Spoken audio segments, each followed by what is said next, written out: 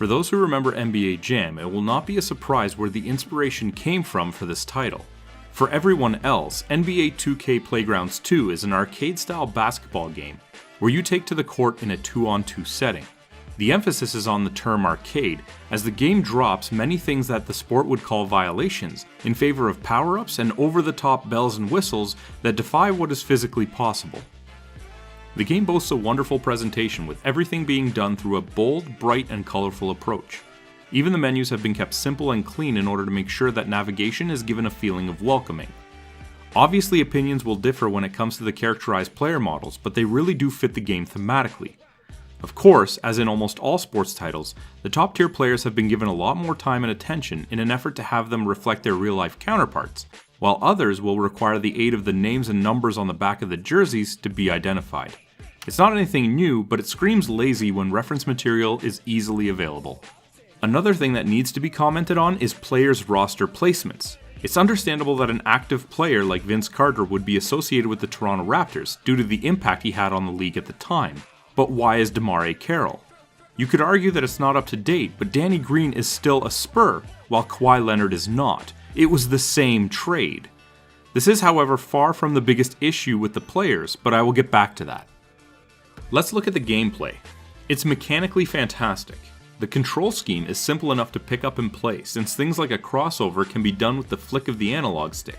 Plus, handling is smooth and responsive for all player movements. It ends up being a lot like expected. Heading to the basket with no defender in front of you? Press the turbo button and then the shot button, and you will sail 30 feet into the air while backflipping and come down with a thunderous dunk. Some might have an issue with the shot bar, since it does require timing to be efficient, but there's nothing wrong with infusing some additional skill to the depth of the game. There's also the addition of a few temporary effects called lottery picks that can be of the beneficial or detrimental nature. For example, you might gain unlimited turbo for 30 seconds, or give your opponent a short period of time where their shot clock ticks at twice the speed. It really changes things up a bit when you can't just score a basket because it's been iced over and you need to attempt 3 shots or 1 dunk to break it. On paper, the game is fine, but you quickly realize just how hard they tried to make it difficult to reach that point. Upon first booting it up, you will be given a few bronze card packs, which will net you 4 players per pack. They are random, however, so don't expect to be able to pick your favorite player from the go. This will be enough to play some exhibition games, as you don't need to pick players from the same team, and that way you can start accumulating in-game currency to buy more packs.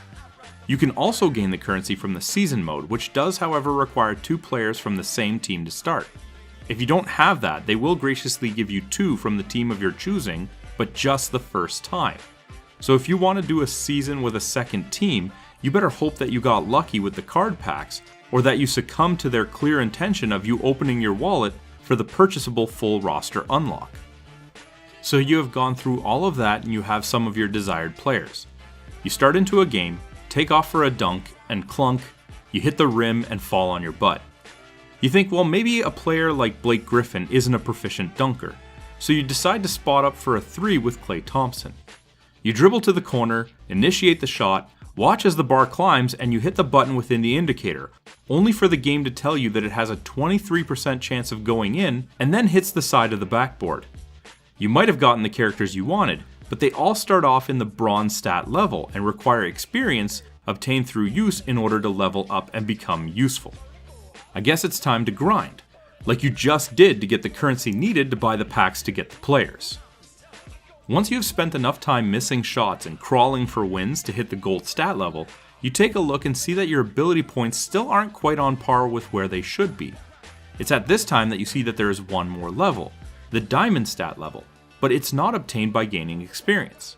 No, for this you need to complete set player challenges, in the order they are listed, in case anyone is confused why they aren't completing like I was. Some of which are just unreasonable for the time that you have. Say for example, you need to block 2 finger rolls within a season game to get your final stat. Good luck, because you'll be spending the majority of the 3-minute long game hoping your opponent even attempts one, let alone that you are in the position to block it. Get it completed? Good. You have done 1 character. Now start the process all over again. Also, when it comes to the challenges, there is no spot in the pause menu that you can just quickly check what they require from you. So if you've finished one, you will have to navigate out to the main menu and pull up your collection in order to see what's next. It will add a lot of load times since they usually jump back and forth between needing to be done in Exhibition, Season Mode, or even the 3-point shootout. The challenges should not have been tied to stats, vanity items or currency bonuses at most.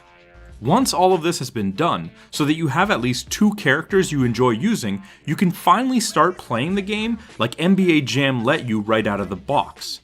That is, for fun and without all of the grinding and specific challenges in the back of your mind. I can't say this enough. NBA 2K Playgrounds 2 is one of the most fun games I have reviewed that I cannot recommend.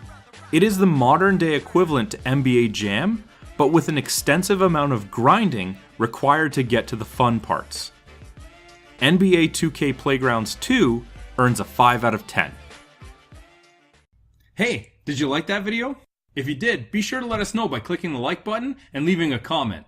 If you want to be first in line for any new content, be sure to subscribe to our channel and then hit up our Facebook page, the link's in the description below, to see what's coming up next.